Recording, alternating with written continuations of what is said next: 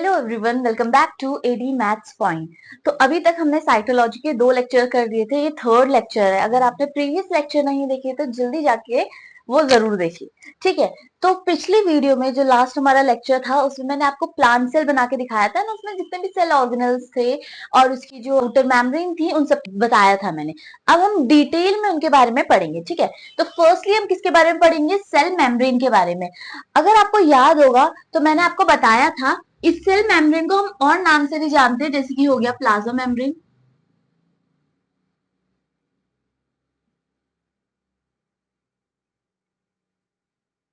जो ये cell membrane है ना, ये सारे ही सेल्स में पाई जाती है, चाहे वो एनिमल सेल हो या प्लांट सेल हो, ठीक है। तो हमारी सेल है। अब प्लांट सेल में ना हमें दो मेम्ब्रेन देखने को मिलती है। जो आउटर मेम्ब्रेन होती है उनको उसको हम सेल वॉल बोलते हैं।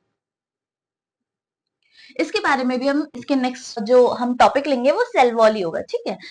सेल वॉल के अंदर एक और मेम्ब्रेन इस तरीके से प्रेजेंट होती है। इसको हम बोलते हैं सेल मेम्ब्रेन, ठीक है। कह सकते हैं कि living part of the cell है, ठीक है।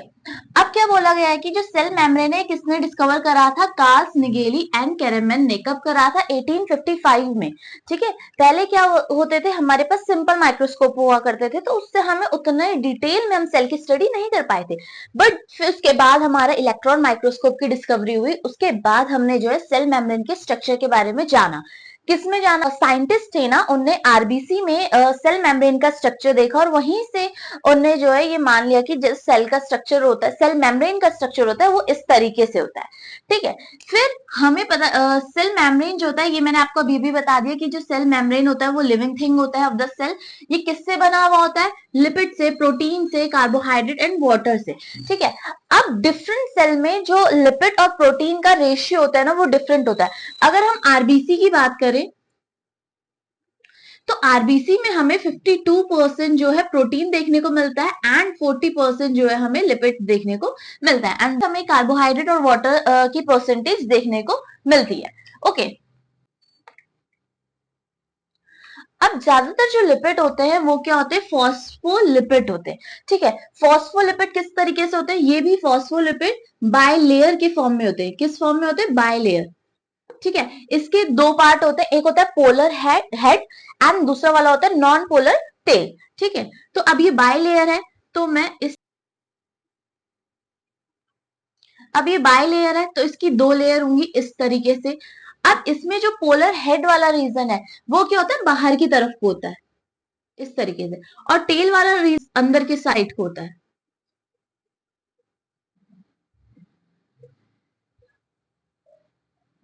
ठीक है। तो इसकी क्या बन रही है? 2 लेयर्स बन रही है, इसलिए हम इसको बोलते हैं बाय लेयर। अब इसमें ये जो टेल वाला रीजन है ये होता है हाइड्रोफोबिक। हाइड्रोफोबिक यानी कि जो पानी से दूर भागते हैं। इसीलिए क्या होता है, ये एक्वस मीडियम से, मतलब जो लिक्विडी वाला मीडियम है उससे क्या रहता है? हाइड्रोफोबिक, मतलब ये टेल जो होती है ये सेफ रहती है या दूर रहती है, ठीक है। इसीलिए ये अंदर की साइड को है। फिर हमारे दो फेमस साइंटिस्ट थे जिनका नाम था सिंगर एंड निकोलसन, जिनने 1972 में ब्रेन का एक फेमस स्ट्रक्चर हमें दिखाया था, ये कह सकते हैं मॉडल बना के हमें बताया था, ठीक है। उस वो फेमस मॉडल का नाम फ्लूइड मोज़ेक मॉडल, ठीक है। ये जो फ्लूइड मोज़ेक मॉडल है, इसमें इनने हमें बताया था कि जो हमारी सेल मेम्ब्रेन जो नेचर है वो क्या है? क्वासिक फ्लूइड है। कैसा नेचर है? Quasi fluid. अब क्वाजी फ्लूइड मतलब हाफ, या कह सकते हैं पार्शियली वाटर होता है और पार्शियली सॉलिड होता है, ठीक है। और यही इसका ये नेचर प्रोटीन को अनेबल करता है कि ये लिपिड में जो है फ्लोट कर सके, ठीक है। और प्रोटीन कितना मूवमेंट कर पा रहा है उससे हम प्लाज्मा मेम्ब्रेन की फ्लूइडिटी को हम पता कर सकते हैं, ठीक है। जो हमारी जो सेल मेम्ब्रेन होती है ये क्या होती है? सेलेक्टिवली मतलब कुछ ही सेलेक्ट करके ये पार्टिकल्स है या न्यूट्रिएंट है उनको अंदर आना अलाउड करती है।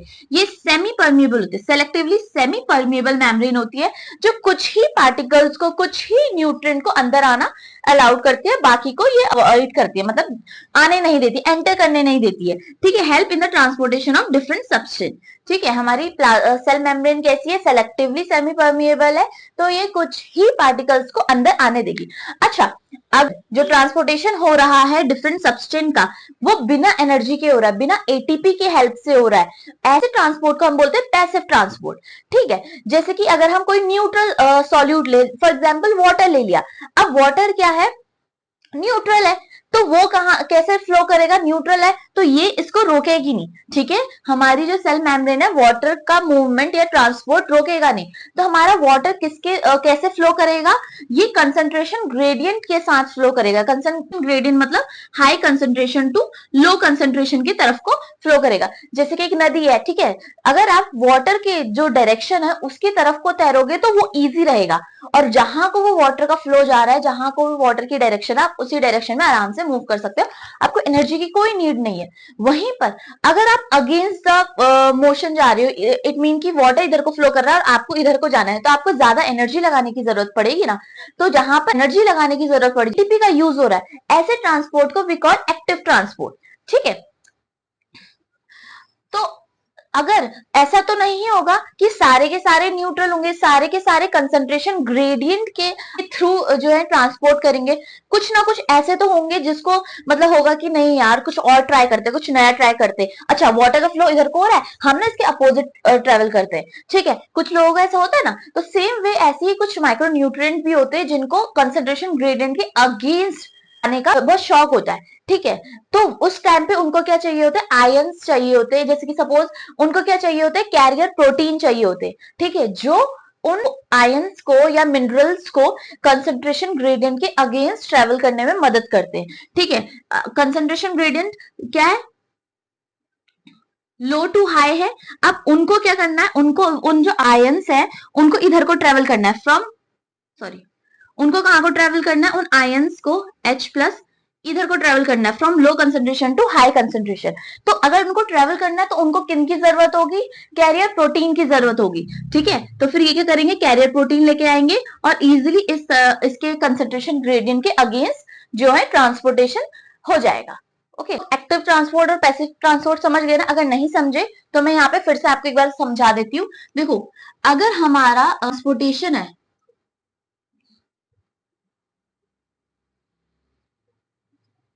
ठीक है, इसको एटीपी की नीड नहीं है या नो एनर्जी रिक्वायर्ड।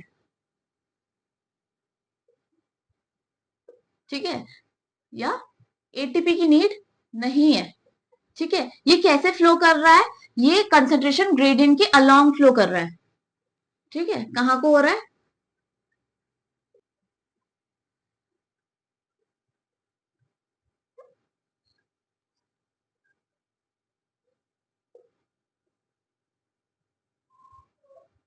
यानी कि high concentration to low concentration. ठीक है, तो ऐसे ट्रांसपोर्टेशन को हम क्या बोलते हैं, पैसिव ट्रांसपोर्टेशन।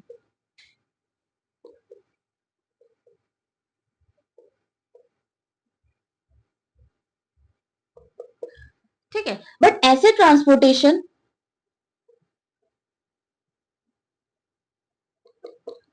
जहां पर हमें एटीपी की नीड है। अब एटीपी की नीड क्यों है, जैसे कि पानी, वाटर इधर को फ्लो कर रहा है और आप उसके अगेंस्ट फ्लो कर रहे हो, तो आपको आप थोड़ी तो एनर्जी लगानी पड़ेगी ना। तो सेम वे ये क्या करेगा, कंसेंट्रेशन ग्रेडियंट के अगेंस्ट वो करेगा। ठीक है, फ्लो करेगा।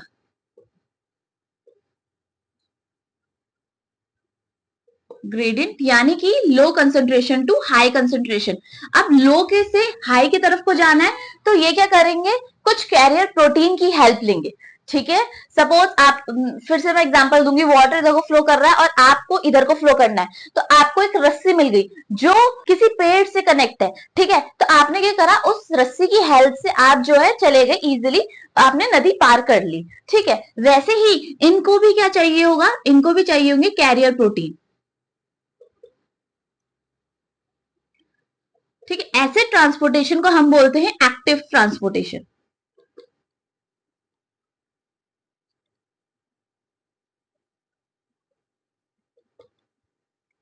मैक्रो न्यूट्रिएंट, ठीक है। बाहर से कोई अनडिजायरेबल आया, हमें उसकी नीड नहीं है, सेल को नीड नहीं है, बट वो एंटर करना चाह रहा है, तो हम क्या करते हैं, जैसे हम अपने घरों में क्या करते थे, दरवाजा लगा देते, तो कोई भी अनवांटेड चीज या मान लो कोई डॉग कैट अंदर ना जाए, मच्छर वगैरह अंदर ना जाए, ठीक है। सेम हमारी जो सेल वॉल है वो भी सेम चीज करेगी, ये एक बैरियर की तरह काम कर देगी और जो भी अनवांटेड चीज है उसको अंदर आने नहीं देगी। फिर क्या बोल रहा है, जो हमारी प्लांट सेल है वो किस किस चीजों से मिलकर बनी हुई है, सेलुलोज से, हेमी सेलुलोज से, पैक्टिन एंड प्रोटीन से।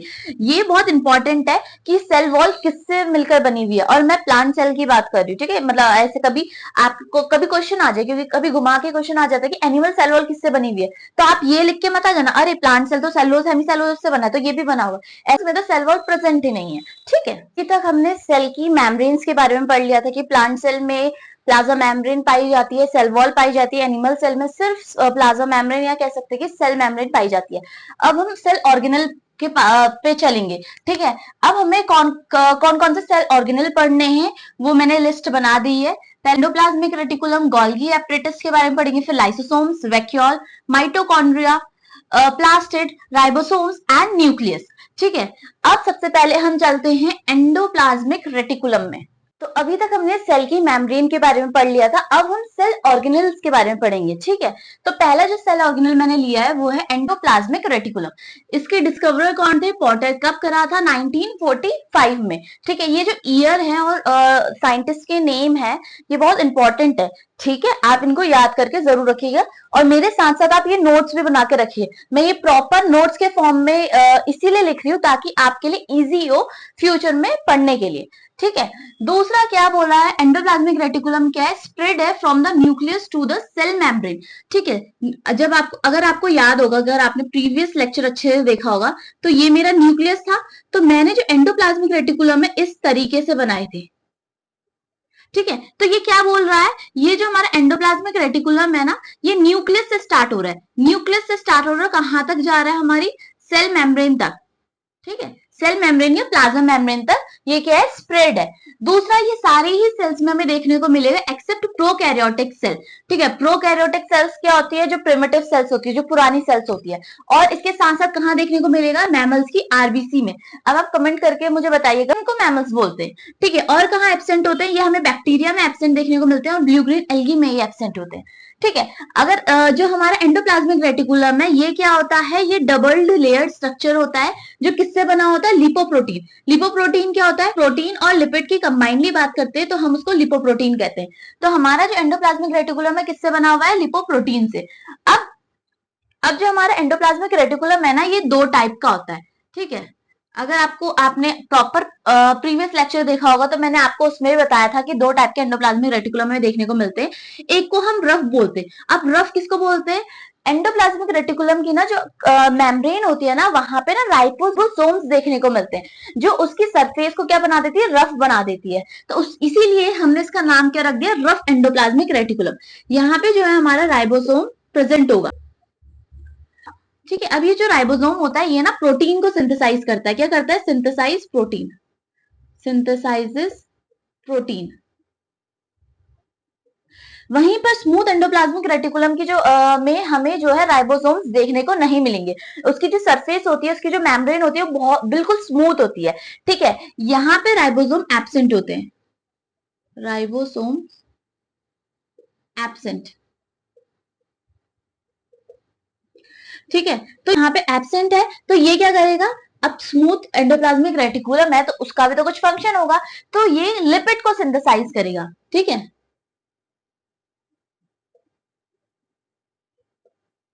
Synthesise lipid, okay.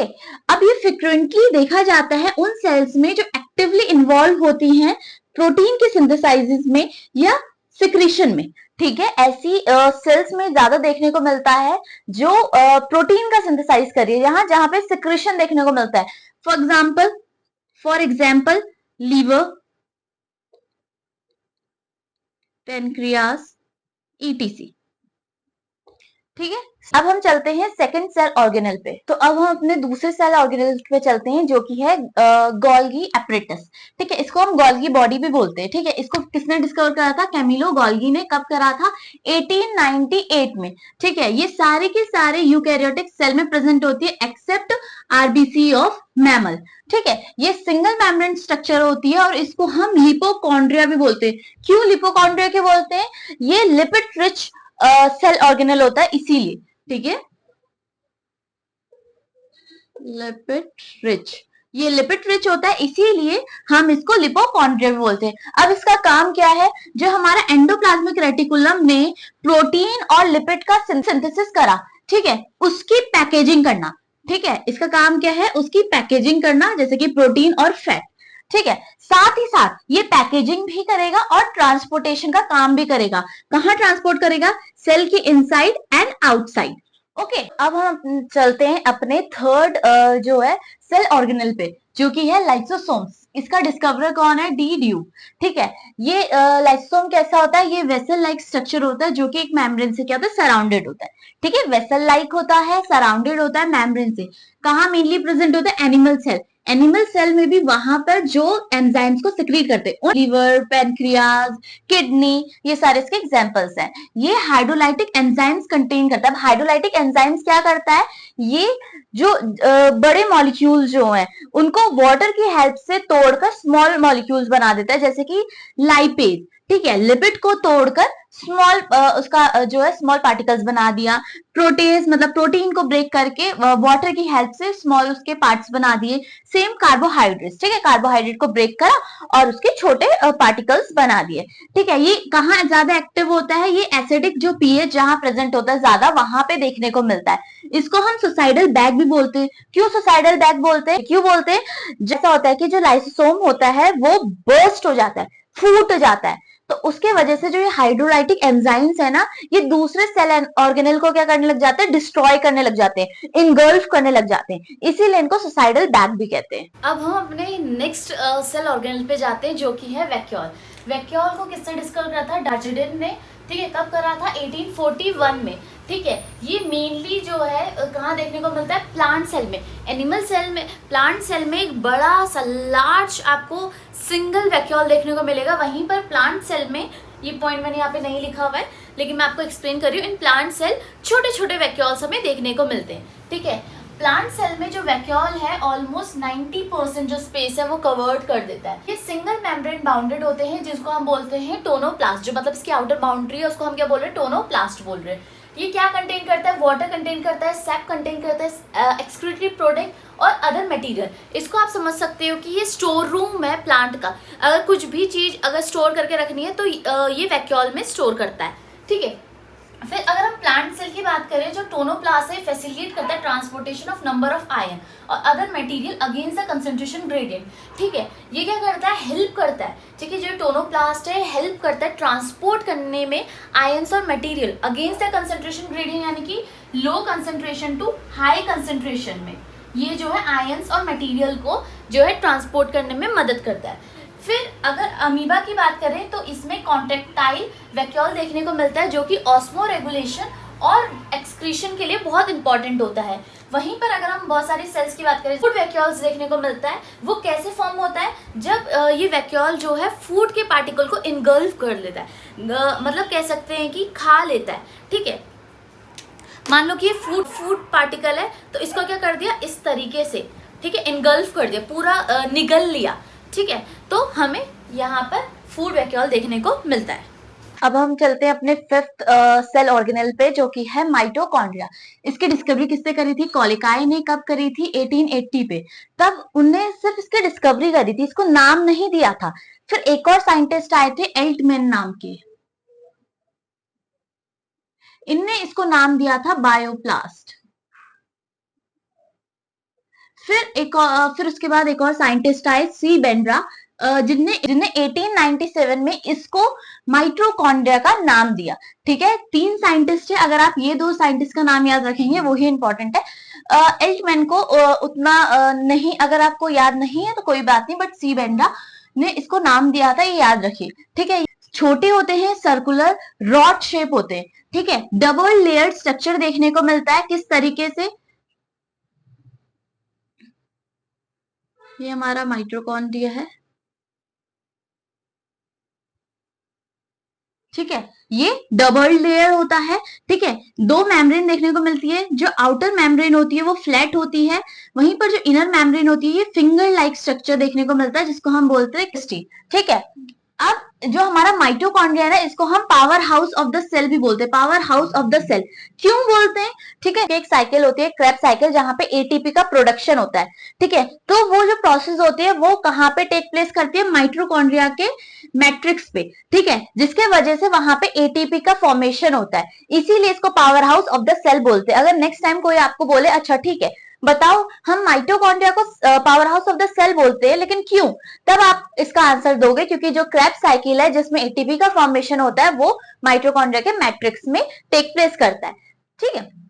माइटोकॉन्ड्रिया एक ऐसा सेल ऑर्गेनल है जिसके पास खुद का डीएनए होता है, ठीक है, और खुद का राइबोसोम प्रेजेंट होता है, ठीक है। राइबोसोम एक और सेल ऑर्गेनल पे था, वो कौन से सेल ऑर्गेनल पे था आप कमेंट करके जरूर बताइएगा। अब हम अपने नेक्स्ट सेल ऑर्गेनल पे चलते हैं जो कि है प्लास्टिड, ठीक है। प्लास्टिड किसने डिस्कवर करा था, हैक्ले ने इसको डिस्कवर करा था 1865 में, ठीक है। ये सारे ही प्लांट सेल में देखने को मिलता है और साथ साथ यूग्लिनॉइड्स में भी देखने को मिलता है।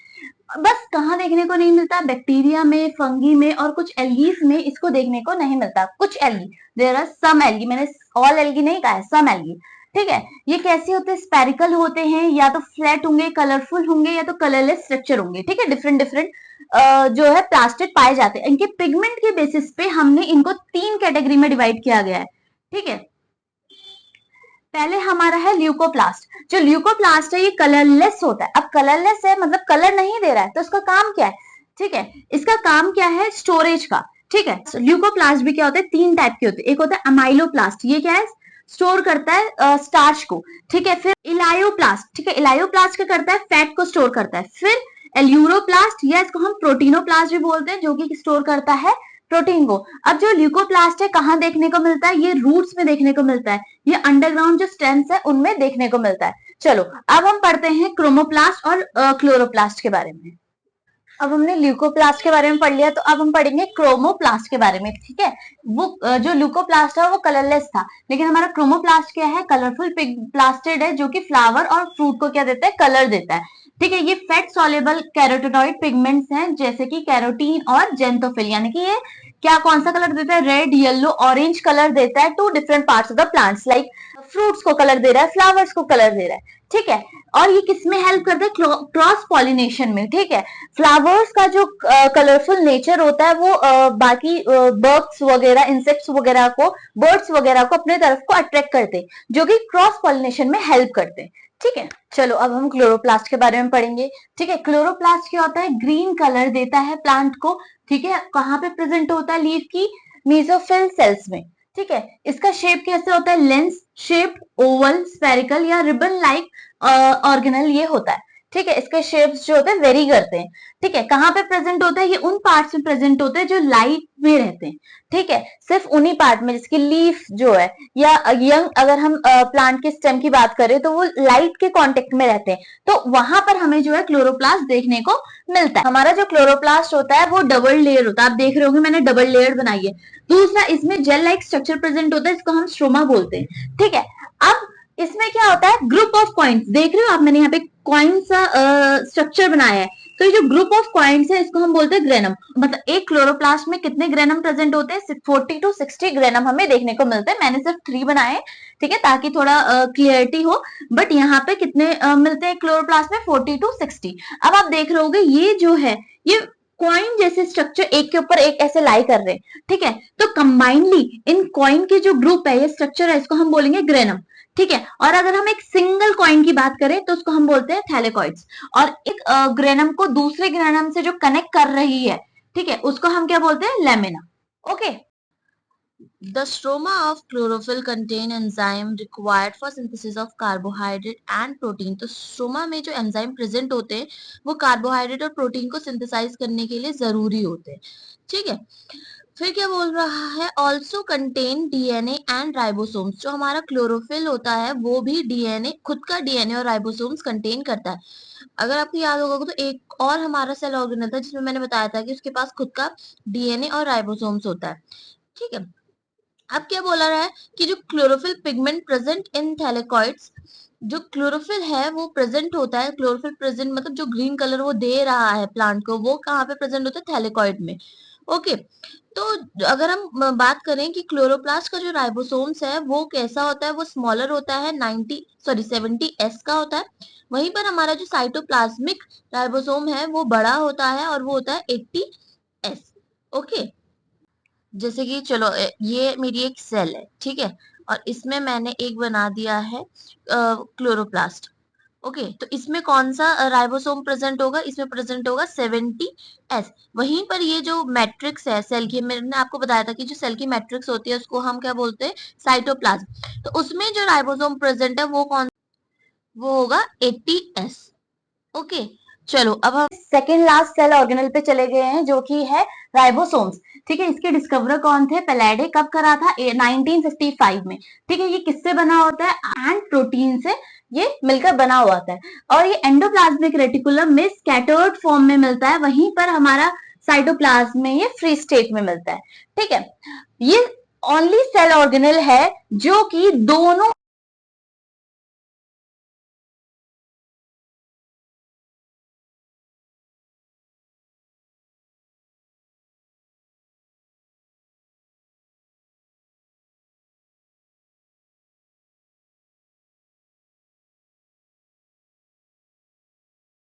तो अगर मैं प्रोकैरियोटिक की यूनिट लूँ 70s, तो इसकी दो सब यूनिट होती है, एक होती है 50s एंड दूसरी होती है 30s। ओके, वहीं पर अगर मैं यूकैरियोटिक सेल की यूनिट लूँ तो वो होती है 80s। इसको दो सब यूनिट्स होती है इसकी 60s एंड 40s। तो आप ये मत समझिएगा कि ये जो सब यूनिट्स हैं ये इनका एडिशन है, ये इनका एडिशन नहीं होता है। और यहाँ पे जो S है ये क्या रिप्रेजेंट कर रही है, ये रिप्रेजेंट कर रही है स्वेगबर्ग यूनिट। अब स्वेगबर्ग यूनिट क्या होती है, स्वेगबर्ग यूनिट का मतलब होता है कि अगर हम किसी एक पार्टिकल को सर्कुलर मोशन में रोटेट करें, सेंट्रीफ्यूज करें, ठीक है, फिर वो कितना टाइम लेती है सेटल होने में, उसको हम बोलते हैं स्वेगबर्ग यूनिट। ओके, अब हम आ गए हैं सेल के लास्ट सेल ऑर्गेनल पे जो कि बहुत इंपॉर्टेंट है। ठीक है, या किसी भी सेल के लिए, वो है न्यूक्लियस। इसको किसने डिस्कवर करा था, रॉबर्ट ब्राउन ने। कब करा था, 1831 में। ठीक है, ये जो है सेल के सेंटर में पाया जाता है। ये हमारी सेल है, इसके सेंटर पे हमें जो है ऐसे स्पेरिकल एक स्ट्रक्चर दिखेगा, उसको हम न्यूक्लियस कहते हैं। ठीक है, अब हर सेल के पास एक न्यूक्लियस तो जरूर होता है, और ये क्या कंटेन करता है, ये जेनेटिक इंफॉर्मेशन को कंटेन करता है। अगर हम न्यूक्लियस का स्ट्रक्चर बनाए तो ये न्यूक्लियस का स्ट्रक्चर है किस तरीके से, अगर आप बाहर से देखोगे तो ये जो इसकी बाहर की मेम्ब्रेन है इसको हम बोलते हैं न्यूक्लियर मेम्ब्रेन। ये डबल लेयर होती है, ये डबल लेयर होती है। ठीक है, आप देख रहे हो मैंने दो लेयर बनाई हुई है। ठीक है, इसको हम जो है न्यूक्लियर एनवलप भी बोलते हैं।